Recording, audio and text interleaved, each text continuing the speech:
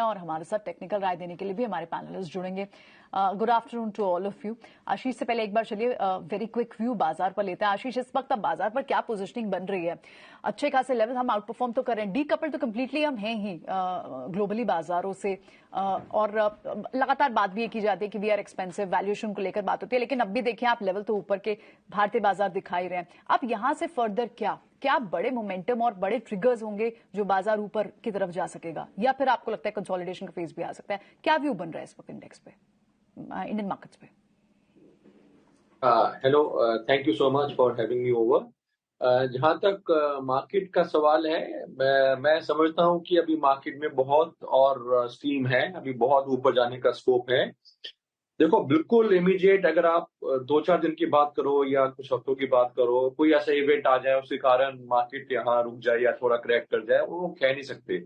But overall direction is positive, और हो सकता है यहाँ पे, क्योंकि ऑल टाइम हाई के पास है, थोड़ा बहुत एक रेजिस्टेंस होता है टेक्निकल यहाँ पे, तो उसके कारण हो सकता है कुछ दिन यहाँ पे कंसोलिडेट कर जाए और छोटा मोटा करेक्शन भी आ जाए।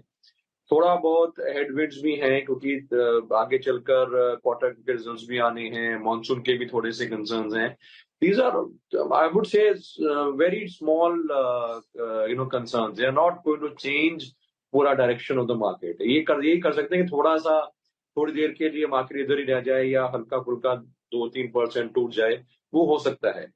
But overall direction is up. अब कहाँ से कैसे जाएगा ऊपर और कहाँ जाएगा, वो exact direction nobody nose, but definitely is going up. And अगर आप देखें तो अच्छी बात मार्केट की ये भी है कि कोई ऐसी फ्रेंजी नहीं है, valuation towards the expensive side है, पर कहीं पे भी हमने अगर प्रीवियस बुल मार्केट्स के पीक देखें तो वहां पे नहीं है, वैल्यूएशन इतना एक्सपेंसिव नहीं है जहां पे अगर हम कहेंगे पीक वैल्यूएशन आ गया है।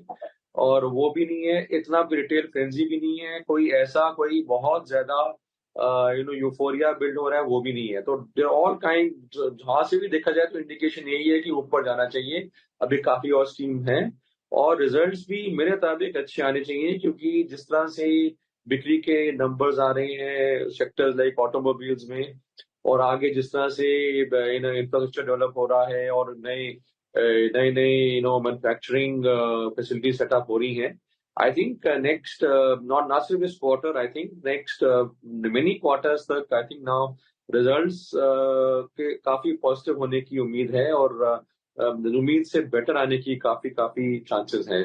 तो मेरे को नहीं लगता कि मार्केट से बहुत जल्दी निकलना चाहिए, हल्का फुल्का आप प्रॉफिट बुकिंग कर सकते हैं जरूर, sector wise stock wise rotation कर सकते हैं, बट ओवरऑल मार्केट में बने रहना चाहिए। मेरे मुताबिक अभी मार्केट में बहुत दम है ऊपर जाने का, and I think in some ways हम ये भी कह सकते हैं कि बुल मार्केट, जो कि एक तरह से नवंबर 2021 से एक रेंज में है, वो एक तरह से टूट कर एक नए रेंज में जाने की तैयारी कर रहा है। तो एक ऑलमोस्ट आप कह सकते हो 18-20 महीने के बाद एक ब्रेकआउट आने की पूरी उम्मीद है, और वो कब आएगा कहना मुश्किल है, बट अब मेरे हिसाब से अगले कुछ हफ्तों में ब्रेकआउट करके एक हम नया रेंज बनाने वाले। ठीक है, प्रॉफिट टेकिंग नहीं करनी है, बाजार में जो तेजी का मोमेंटम है वो जारी रहेगा। आशीष जी, अभिषेक बोल रहा हूं, बहुत शुक्रिया आपका समय देने के लिए, और आपको योग दिवस की बहुत शुभकामनाएं। देखिए, अब तो औपचारिकता भर रह गई है, नई ऊंचाई अगर हम निफ्टी की बात करें तो, और कहीं न कहीं जब ये रिकॉर्ड हाई जैसे बनते हैं, जब ये आंकड़े आते हैं, तो भले ही बहुत कुछ बाजार में फंडामेंटली चेंज ना हो, लेकिन लोगों की साइकी थोड़ी चीज चेंज जरूर होती है, नए निवेशक सक्रिय होते हैं।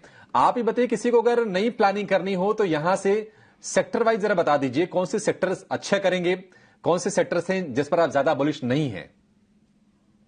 देखिए, मेरे मुताबिक एक सेक्टर जो कि अगर आपको जल्दी ना हो पैसे बनाने की, बट एक शॉर्ट सेक्टर चाहिए, वो आईटी सेक्टर। आईटी ने काफी अंडर परफॉर्म किया है, और मैं बहुत कन्विंस हूँ इंडियन आईटी सेक्टर को लेके, बिकॉज दुनिया भर में जहां जितनी टेक्नोलॉजी की बात हो रही है, टेक्नोलॉजी की इनोवेशन की बात हो रही है, जितना और उस पर फोकस हो रहा है, वो हमारे आईटी सेक्टर के लिए गुड न्यूज ही है, क्योंकि कहीं ना कहीं जाकर जो भी नया इनोवेशन होता है, जो भी नया टेक्नोलॉजी एडवांसमेंट होता है, उसमें जो नजर आता है सिर्फ फाइनल प्रोडक्ट नजर आता है, पर जो पीछे की सारा ग्राउंड वर्क है, वो सारा सॉफ्टवेयर डेवलपमेंट का काम है, प्रोसेसेस डेवलपमेंट का काम है, उसमें से बहुत अच्छा शेयर हमेशा इंडियन सॉफ्टवेयर कंपनीज को मिलता है। तो मेरे को इस सेक्टर की ग्रोथ का कोई भी आशंका नहीं है, और वैल्यूएशन वाइज ये काफी अब अच्छे अट्रैक्टिव वैल्यूएशन मिल रहा है, और इस बुल मार्केट में अभी तक इसने बहुत हल्का सा पार्टिसिपेट किया है, अंडर परफॉर्म किया है। तो अगर किसी को सेफ और सिक्योर इन्वेस्टमेंट चाहिए तो आराम से आप जो इनके बेलवेदर हैं, TCS, Infosys, HCL tech, Wipro, specially after the buyback जो उसने किया है, ये आप आराम से बिना, इट्स नो ब्रेनर, इनमें तो आप निवेश कर ही सकते हैं। इसके अलावा जो इनकी अच्छे well managed mid cap stocks हैं, उनमें भी आप निवेश कर सकते हैं।